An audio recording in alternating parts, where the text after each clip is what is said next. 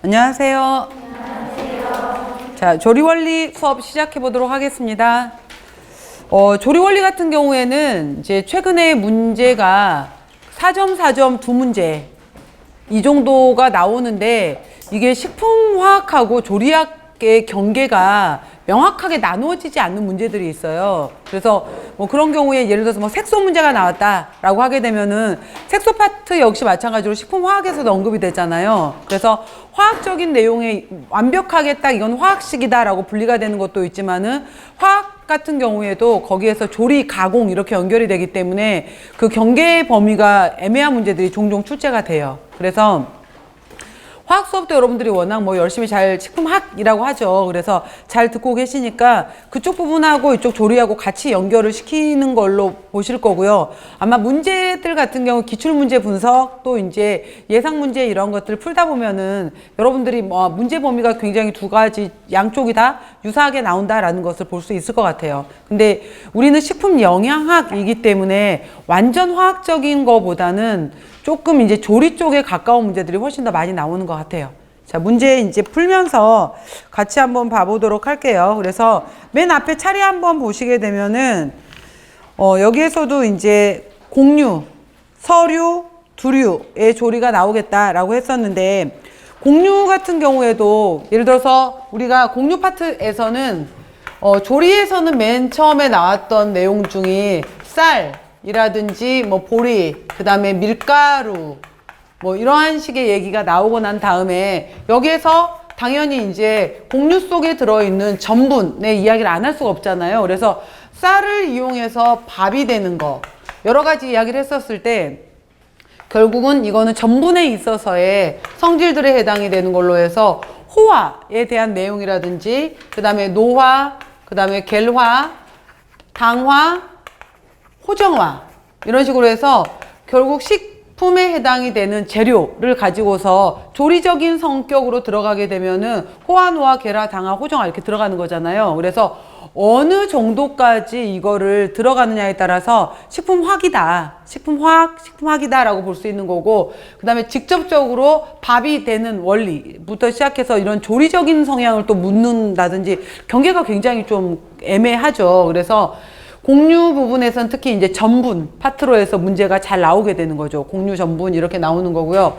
그 다음 보시게 되면은 그리고 이제 여기 제가 아까 밀가루라고 했었는데 밀가루 문제 같은 경우에는 워낙 기본적인 거 같은 경우에는 글루텐으로 물어보게 되는 거지만은 이거를 또 이제 제과 제빵에 있어서 빵의 문제로 또 물어보게 되면 이제 조리에 가까워진 문제가 되는 거고요. 그래서 이러한 공류 파트가 있게 되죠. 그 다음에 서류 같은 경우에는 이제 감자, 고구마 이런 쪽에 해당이 되는 건데 작년의 경우에 기출문제로 나왔던 것이 이제 서류 부분에서 토란탕 문제가 나오게 되는데 단순하게 만약에 토란을 구성하고 있는 뭐 대표적인 성분들이 무엇이냐 그러면 성분 문제를 물었잖아요. 그러면 뭐 그렇게 물었을 때하고 이거를 조리에서 이용을 했었을 때 아린 성분이 있다, 뭐 몸을 간지럽게 한다, 가렵게 한다라고 했었을 때 그거를 조리 과정 중에서 어떻게 제거할 것이냐라고 묻게 되면은 그것도 조리적인 문제가 되는 거잖아요. 그래서 이제 토란탕 문제, 그래서 감자, 고구마, 이제 토란 이렇게 또 연결이 되는 부분이 있었고요. 다음 보시면은 두류의 조리라고 했었는데 두류 같은 경우에는 워낙 이제 많은 두부 문제로 해서 또 많이 물어봤죠. 두부 문제로 물어보게 되는 건도 과정에서도 여기에서도 이 두유라는 졸에서 두부가 되는 겔화 과정에 있어서 이거를 그냥 단순하게 두부 이렇게 할 수도 있는 건데 이거를 변성의 문제로 물어보게 되면서 단백질 파트에 있어서의 뭐 열에 의한 변성이다, 염류에 의한 변성이다, 산에 의한 변성이다 라고 하게 되면은 물리적 화학적 변성이 되는 거잖아요. 그럼 식품학적으로 또 접근을 해야 되는 거예요. 그리고 여기에서도 이걸 응고시키는 간수로 해서 많이 물어보게 되는 거죠. 그래서 간수에 있어서 칼슘 성분이라든지 마그네슘 성분의 문제라든지 이거를 산을 이용한 글루코노 델타락톤 GDL에서의 문제인데 단순하게 이제 뭐 두 가지 것들에 있어서 조리에 있어서 두부의 뭐 여러 가지 물성의 차이를 얘기해봐라 이럴 수 있는 거지만은 산으로 응고가 되는 원리를 써봐라 라고 하게 되면은 여기에서는 또 등전점이라는 게 들어가야 되는 거잖아요. 그러면 또 식품화학으로 접근을 해야 되는 거예요. 그래서 이쪽 파트는 여러분들이 화학 베이스가 정확하게 잘 되어 있었을 때 조리까지 같이, 그러니까 앞에 뭐 4점짜리 문제다라고 하게 되면은 1, 2점 정도에 해당이 되는 것은 화학, 그리고 나서 뒤쪽에 또 2점 정도는 조리, 이렇게 같이 요즘에는 플러스가 돼버리는 것 같아요, 문제들이. 그래서 따로따로 개념보다는 화학을 일단은 정확하게 잘 이해를 기본 개념 하시고 나서 뭐 간단하게 이제 저도 물론 이제 수업 연결되는 문제다 보니까 하겠지만은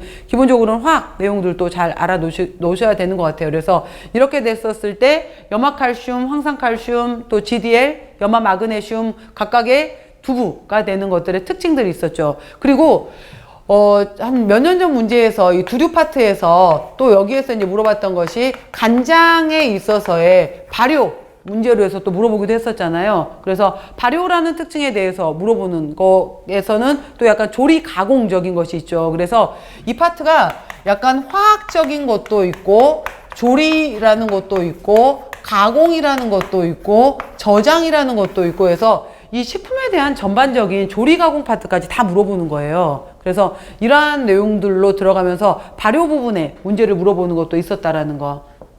그 다음 또 들어가게 되면 그래서 여기에서는 이제 곡류, 서류, 두류 파트가 있었고요. 그 다음에 육류, 그 다음에 어패류, 난류, 우유 및 유제품의 조리라고 했었는데 지금 여기 파트에 해당이 되는 것들은 단백질 파트에 해당이 되는 거잖아요. 그러면은 뭐 육류 파트에 해당이 된다. 그 다음에 어패류 파트에 해당이 되고 난류, 우유 및 유제품에 해당이 되는 파트라고 했었잖아요. 그러면은 육류 파트에서는 특히 이제 조리 쪽에서 물어봤었을 때는 말 그대로 이제 조리하고 관련된 걸로 해서는 부위를 물어본다든지, 그죠? 그 다음에 각각의 이거에 따라서 습열 조리 방법이라든지, 그 다음에 건열 조리 방법이라든지, 이렇게 이제 조리적인 것도 있지만은 또 다른 걸로 해서 약간 화학하고 연결을 시켜보게 되면은 여기에서 연결된 것은 육색소에 해당이 되는 이제 미오글로빈이라는 것을 가지고서 이게 가공 전에, 그 다음에 이제 가열 후에 각각 미오글로빈의 또 변화들 있죠. 색깔의 변화, 이런 것들도 물어보게 되는 거고, 또 여기에서 이거를 우리가 아까 제가 조리 가공 저장을 했잖아요. 가공 저장. 그래서 도축이라는 과정을 통해서 이제 조리로 넘어가는 과정에 있어서는 반드시 사후 강직이라는 과정이 있어야 되는 거고, 이후에 또 숙성이라는 과정이 있어야 되는 거잖아요. 그래서 사후 강직 숙성에 해당이 되는 부분도 또 들어가게 되는 거죠. 그 다음 어패류 같은 경우에는 조리적인 특징으로 접근을 했었을 때 특히 이제 이거는 해수어냐, 그 다음에 민물에 해당이 되는 담수어냐라고 하게 되는 건데, 어패에서 이 특히 생선 유해 같은 경우에는 결체 조직도 좁고 수분도 많이 갖고 있기 때문에 특히 비린내 하고 많이 관련되어 있고, 조리를 할 때는 어떤 식으로 해서 이 비린내를 잡아줄 것이냐라고 해서 왜 된장이라든지 고추장을 이용을 하는지, 그 다음에 여기에 해당이 되는 것을 뭐 미림에 해당이 되는 여러 가지 알코올류 해당이 되는 것들을 왜 어패류 조리에 이용하는지, 이렇게 하면서 조리에 있어서의 비린내지만은 사실은 이제 트리메틸아민에 해당이 되는 거고, 피페리딘이라는 성분들을 가지고서 비린내를 줄일 수 있는 방법들에 해당이 되는 것들을 물어볼 수가 있겠죠. 이런 내용들도 있고요. 그 다음에 난류로 들어가게 되면은 달걀 문제 같은 경우에서도 특히 이제 조리적인 부분에 있어서는 뭐 응고성이라든지 또 남백을 이용하게 되는 기포성이라든지, 그 다음 오랜 시간 가열했었을 때 황화제 일철에 문제가 된다든지, 그 다음에 특히 난류 같은 경우에는 신선도 부분도 문제가 되는 건데, 작년에 이 파트에서 기출로 나왔던 것 중에 하나가 바로 이제 난황하고 남백의 pH가 다르잖아요. 달랐을 때 왜 난백 부분의 pH가 7.6에서 9.0, 9.7까지 올라가느냐 라는 이런 식으로 해서 바로 이제 저장 기간에 따라서 pH의 변화, 신선도 이런 것들에 물어보는 것들도 나오게 된다라는 거. 그래서 조리적인 특징도 있고, 그 다음에 남백에 있어서는 신선도 평가하는 방법, 이런 내용들이 있게 되겠죠. 그 다음 우유 및 유제품 같은 경우에는 워낙 이제 또 많이 물어보는 것 중에 하나가 대표적으로 응고성을 이용한 치즈 문제가 있잖아요. 근데 치즈 이거 역시도 치즈 자체 문제로 물어봤다라고 하게 되면은 이건데, 이것이 기출로 됐던 것이 바로 이제 조리적인 변성 문제로 물어봤었죠. 그래서 우리가 영양교사에서 치즈 문제가 기출문제로 나왔었을 때는 바로 산에 들어가면서 그러니까 어떤 원리를 이용해서 치즈의 카제인의 응고가 산에서의 응고가 되는 원리, 등전점의 원리였었거든요.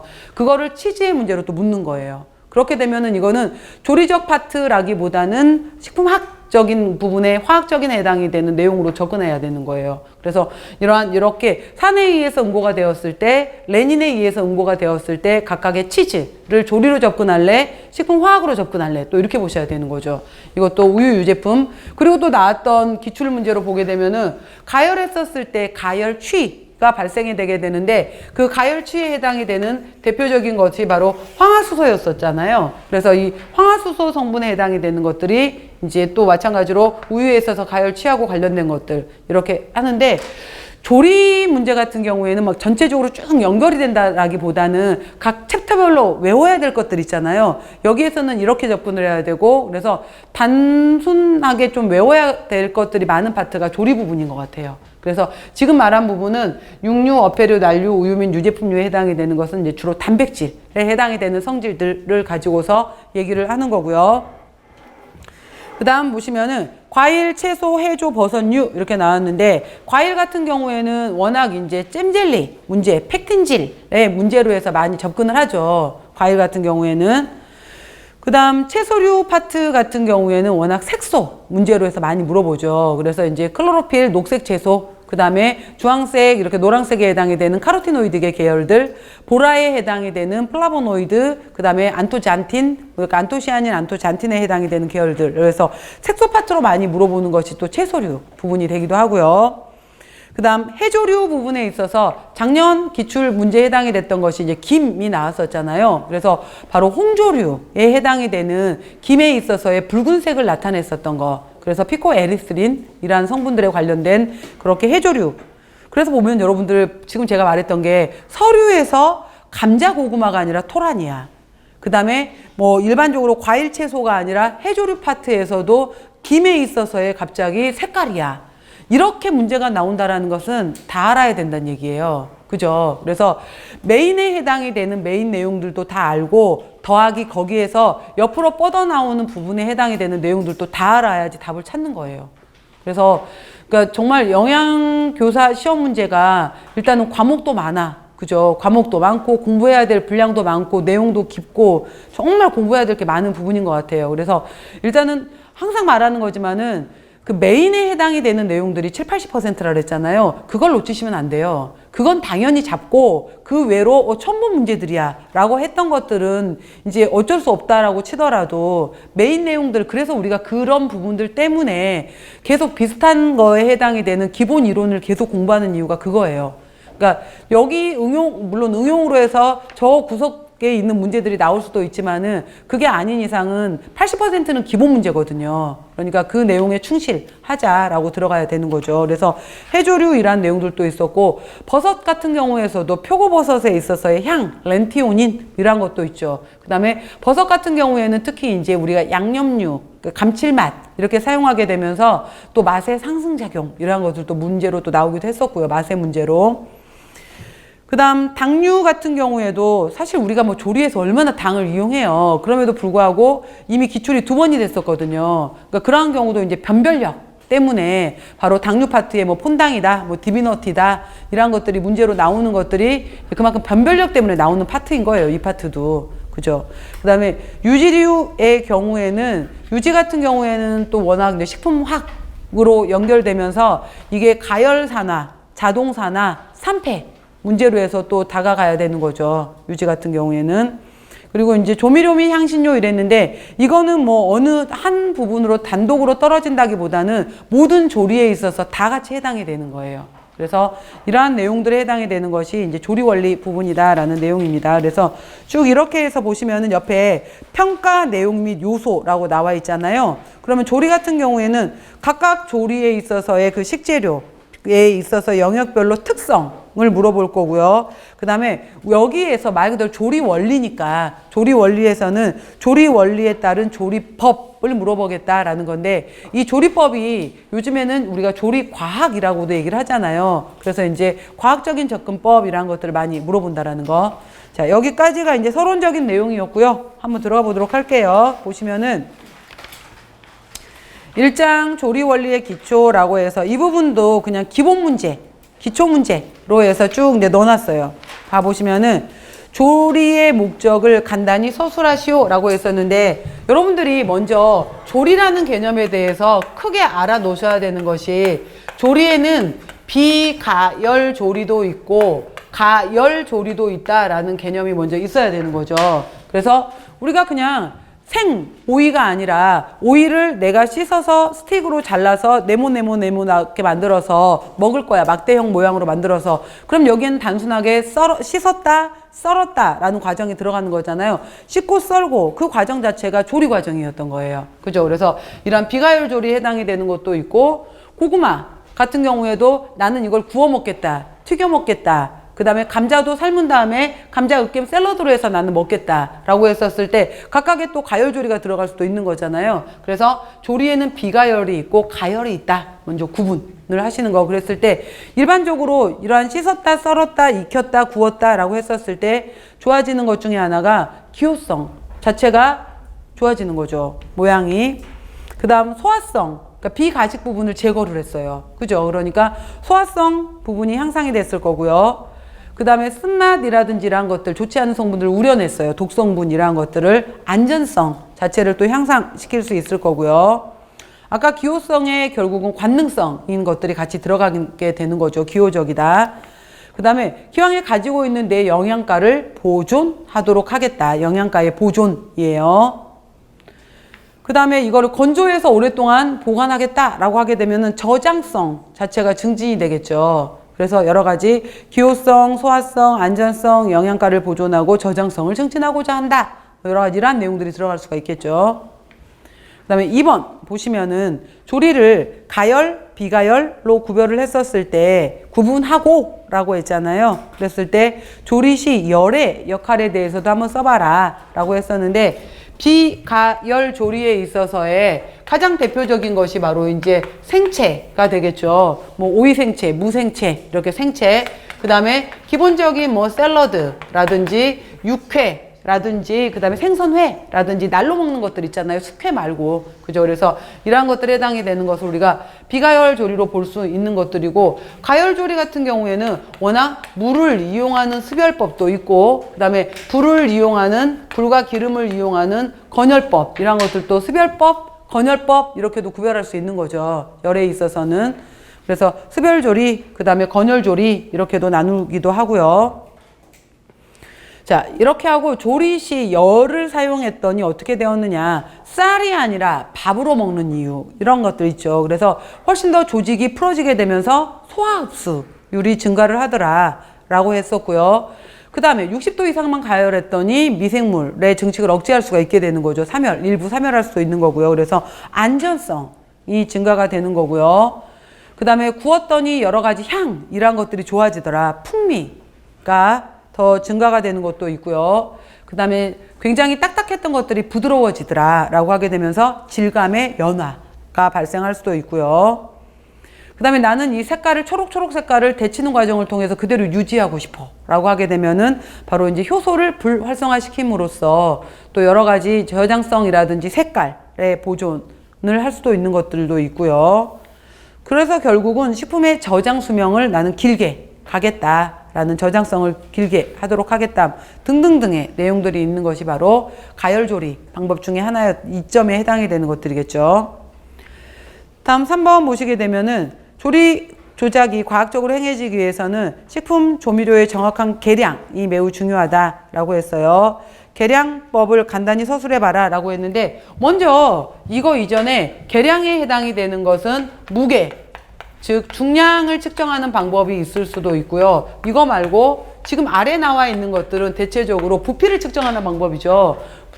그냥 일일이 저울을 이용할 수도 있어요. 그죠? 저울을 이용하는 방법도 있다라는 것도 하나 체크해 놓으세요. 저울을 사용하는 방법도 있고, 근데 우리가 뭐 눈대중, B컵, S실린더, 그 다음에 계량 스푼 이런 것들은 부피법이잖아요. 크게는 중량법, 그 다음 부피법 이렇게 두 가지로 구별한다라는 거고, 밑에 나와 있는 것들은 이제 부피에 해당이 되는 방법들이겠죠. 보시면은 액체인 경우에 우유 같은 경우에는 중요 포인트가 이제 우유를 포함해서 물 같은 경우에도 마찬가지로 우리가 항상 말하는 것 중에 하나가 여기 이렇게 있는데 표면 장력 때문에 끝이 올라간단 말이에요. 그렇게 되면은 일단은 여기 해당이 되는 것이 어디가 들어가야 돼요? 눈높이. 그죠? 너무 위 아래에서 보면 안 되잖아요. 눈높이에서 이 점선, 메니스커스라고 표현하죠. 밑금에 해당이 되는 거에 위를 본다, 아래를 본다. 아래를 본다. 그러니까 눈높이에서 같은 수평 높이에서 아래 선을 읽어준다라는 거죠. 그 다음 보시면은 꿀, 물엿, 기름 같은 경우에는 이거 같은 경우에는 점성을 가지고 있는 액체들의 특징인 거잖아요. 그랬을 때 끈적끈적 점성이 굉장히 강하죠. 그래서 애초에 2분의 1컵을 계량해라. 애초에 한 컵을 계량해라. 4분의 1컵을 계량해라. 라고 했으면은 해당되는 컵을 사용하는 게 좋잖아요. 이걸 뭐라 그래요? 그렇죠. 할평컵을 깎아서 항상 뭐든지 볼록이 아니라 뭐든지 수평이에요. 할평컵에 깎아서 수평으로 측정한다라는 내용이 들어가야 되고요. 그 다음 지방의 경우에 버터, 마가린처럼 가소성을 갖고 있는 것들이잖아요. 이러한 것들은 만약에 그냥 식용유 뭐 200ml였다 그럼 한 컵 계량하면 되잖아요. 근데 이런 식으로 해서 식물성 유가 아니라 버터, 마가린과 같이 지금 가소성을 가진 유지들이잖아요. 가소성에 해당이 되는 유지들은 보통 냉장 보관을 했다라고 하게 되면 조건이 뭐예요? 실온. 그죠? 실온에서 부드럽게 녹인 후가 아니에요. 중탕을 시켜버렸다, 액체로 만들었다 이런 게 아니라 실온에서 부드럽게 한 후 꼭꼭 눌렀다. 그래서 공기층이 없었다. 이런 말이 들어가게끔. 다음 밀가루 같은 경우에도 물론 그 통밀에 해당이 되는 껍질밀을 다 갖고 있는 것들도 있을 수 있어요. 근데 그 말이 딱히 없는 한 만약에 껍질까지 갖고 있는 밀가루였다라고 해버리면은 껍질밀은 일부러 이제 겨층을 넣어놓은 건데 그걸 채쳐버리게 되면 분리가 돼버릴 거 아니에요. 그렇기 때문에 껍질밀 얘기가 없는 한 그냥 일반적으로 그냥 밀가루라고 나오게 되면은 채친 후라고 보통 표현을 하죠. 채를 친다 라는 말이 먼저 나와야 되고요. 그 다음에 스푼으로 살짝 뜬다. 그 다음 누르거나 흔들지 말아라 라는 내용도 있어야 되겠죠. 그리고 맨 윗부분은 어떻게 해? 역시 수평으로 깎아서 측정한다 라는 거고요. 설탕 부분에서 흑설탕, 황설탕, 백설탕인데 백설탕은 끈적끈적한 게 없잖아요. 근데 황설탕이나 흑설탕 같은 경우에는 이것들은 끈적거리면서 들러붙는 성질이 있단 말이에요. 그래서 흑설탕, 황설탕의 경우에는 쏟았을 때 모양이 남을 정도로, 그죠? 쏟았을 때 모양이 남을 정도로 꼭꼭 눌러서 한 컵을 측정했다라고 하게 되면은 한 컵에 해당이 되는 것을 꾹꾹꾹 눌러서 수평으로 한 다음에 이 컵을 뒤집었었을 때 그 모양 그대로 빠져나올 수 있을 만큼 꼭꼭꼭 누른다라는 말이 들어가 있죠. 백설탕은 이렇게 만들 수가 없어요. 그죠? 그래서 그냥 단순하게 덩어리를 깬 다음에 측정한다. 이런 내용들이 있고요. 그 다음 조리 기초에서는 열 이야기도 종종 나오죠. 그래서 열을 이용하는 방법에 있어서 이동 방식에 따라서 설명해 봐라 라고 했는데 전도, 대류, 복사 열을 기본으로 하죠. 그래서 먼저 전도 열이다 라고 하게 되면은 전도. 자, 열이 무엇을 따라서 이동하는 거예요? 그렇죠. 물체를 따라서 이동한다 라고 해서 전도율이 가장 높은 것이 은이나 구리였었죠. 그 다음에 알루미늄, 뭐 철, 뚝배기 이렇게 넘어가는 거였죠. 그래서 열 보유율이 높은 것은 반대죠. 보유. 그러니까 전도율이 높은 것들은 빨리 올라가고 빨리 식어버리잖아요. 근데 뚝배기 같은 경우에는 천천히 올라가고 오랫동안 보유를 하는 거고요. 열을 보유.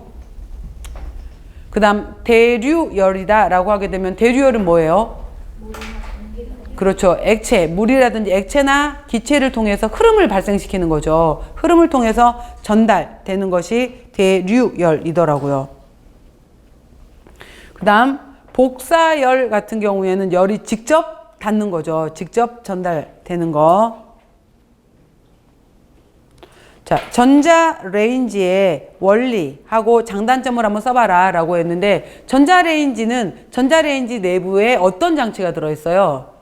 마그네트론이라는 장치가 있어요. 그래서 마그네트론이 바로 이제 극초단파를 발생시켜요. 마그네트론이라는 물질이 바로 이제 극초단파를 발생시키게 되고, 바로 식재료가 가지고 있는 물 분자의 마찰열을 이용하는 거죠. 그래서 물의 경우에가 수소와 이제 산소로 이루어져 있었을 때, 수소 쪽은 음이온을 뜨게 되고 산소 쪽은 양이온을 뜨게 되잖아요. 그랬을 때 플러스에 해당이 되는 것들이 밀어내는 서로 마찰열에 의해서 이거를 열을 일으키는 극초단파에서 열을 발생시키다 보니까 바로 전자레인지를 사용하게 되면은 쉽게 건조가 돼버리더라, 쉽게 딱딱해져 버리더라 라는 특징이 있었어요. 그래서 마그네트론에 의한 극초단파 발생으로 인해서 식품 자체가 갖고 있는 수분의 마찰열이에요. 이거를 발생시키는 것이 바로 전자레인지의 원리가 되는 거고요. 뭐 장점 같은 경우에는 가장 대표적인 게 해동할 때 굉장히 편리하죠. 해동 시 편리한 것도 있고요. 또 그릇에 담은 채로 조리가 가능하다, 이런 것들이 있는데, 자, 단점으로는 지금 말한 것처럼 식품의 당장은 근데 먹기가 좋은데 좀 지나버리면 금방 굳어버리더라. 그래서 식품의 중량 감소. 그 다음에 가장 나쁜 단점이 뭐예요? 좋지 않았던 게 갈변일까요? 아니면 그릇 제한일까요? 그릇 제한이에요. 그릇. 그래서 모든 도구를 사용하는 게 도구를 확인해야 되는 거잖아요. 그릇. 그래서 바로 사용 그릇에 제한이 있다라는 거. 그래서 금속 용기, 이런 투과하지 못하는 것들은 사용할 수가 없는 거죠. 자, 금속, 바로 사용 그릇에 제한이 있다라는 거. 그 다음에 이제 여러분 지금 말씀하셨던 것처럼 고기 같은 경우에는 갈변 현상이 맛있는 갈색, 그러니까 이거 예를 들어서 마이알 반응 경우에 마이알 반응, 이러한 갈변 반응이 제대로 일어나지 않는다라는 거. 자, 이러한 내용이 있을 거고요.